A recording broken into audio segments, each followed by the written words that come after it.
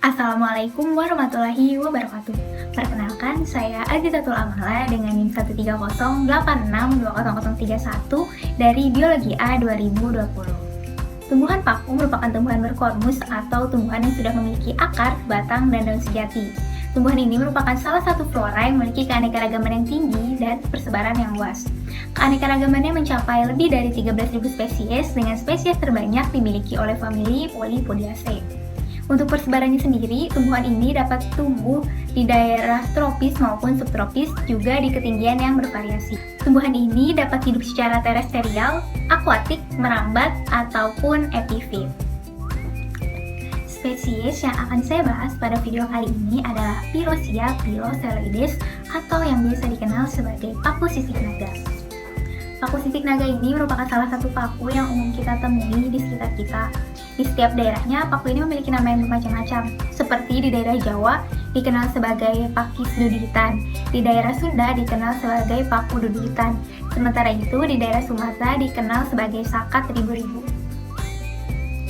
Pirosia ini termasuk ke dalam paku epifit, sehingga ia tidak mengambil nutrisi dari inangnya. Pirosia memperoleh air dengan menggunakan akarnya ketika hujan ataupun malam hari. Untuk setaranya sendiri, biasanya akar pirosia ini akan tumbuh bersama lumut, sehingga di akar ini kita bisa melihat ada lumut yang menempel pada akarnya. Nah, mereka bersama-sama untuk mengumpulkan zat hara. Zat haranya itu dapat berupa debu, detritus, ataupun bahan organik lainnya. Paku ini biasanya tumbuh di permukaan pohon yang memiliki kondisi lembab dan terkena sinar matahari yang cukup. Seperti paku sisik naga ini yang dia tumbuh di permukaan batang pohon.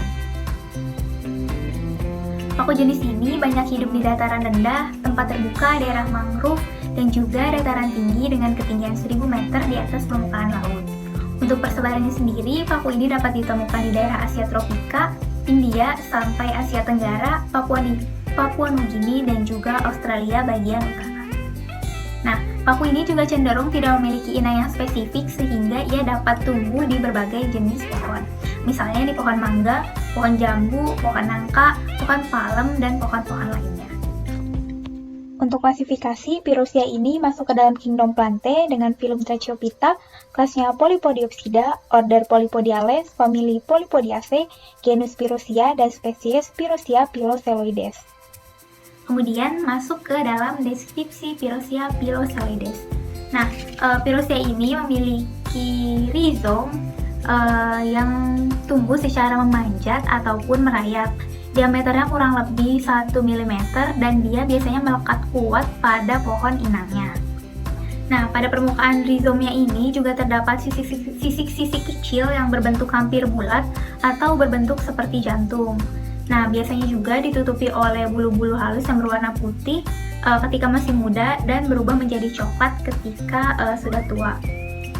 Ini merupakan bulu-bulu yang masih muda, dia berwarna putih, dan di bagian sini bulu-bulunya tersebut sudah berubah menjadi coklat.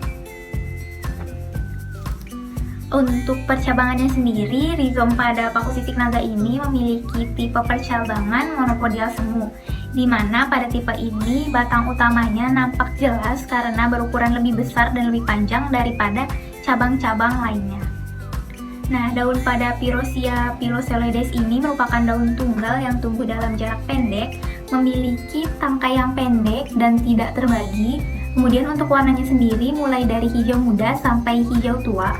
Nah, daunnya ini memiliki lapisan lilin yang tebal, kemudian di bagian bawah daunnya ini juga memiliki rambut-rambut halus.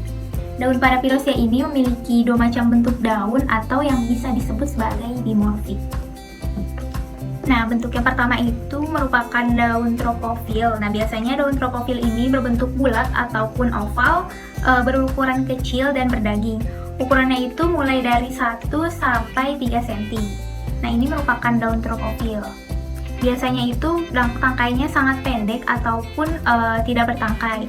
Nah, untuk venasinya sendiri pada daun tropofil ini merupakan venasi menjala atau reticule. Selain daun tropofil, pada Pirosia ini juga ditemukan daun sporofil. Nah, daun sporofil ini biasanya bentuknya memanjang seperti ini atau ini. Bentuknya menanjang, berukurannya itu sampai 12 cm dengan panjang tangkai daun mencapai 1 cm. Untuk venasinya sendiri, pada daun sporofil ini memiliki venasi longitudinal. Daun sporofil berfungsi sebagai tempat untuk menempelnya sorus yang berada di permukaan bawah daun.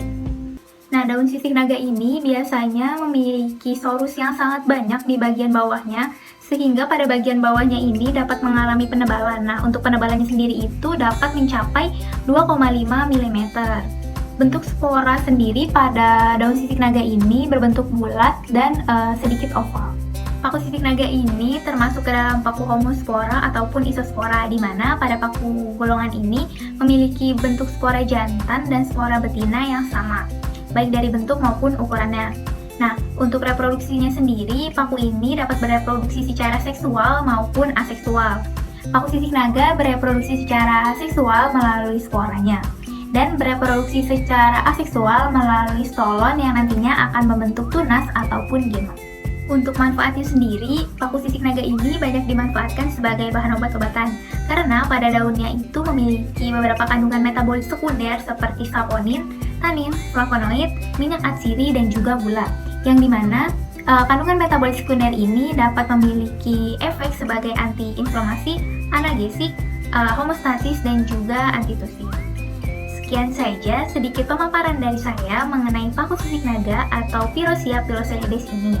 Mohon maaf apabila ada salah kata ataupun kata-kata yang kurang berkenan.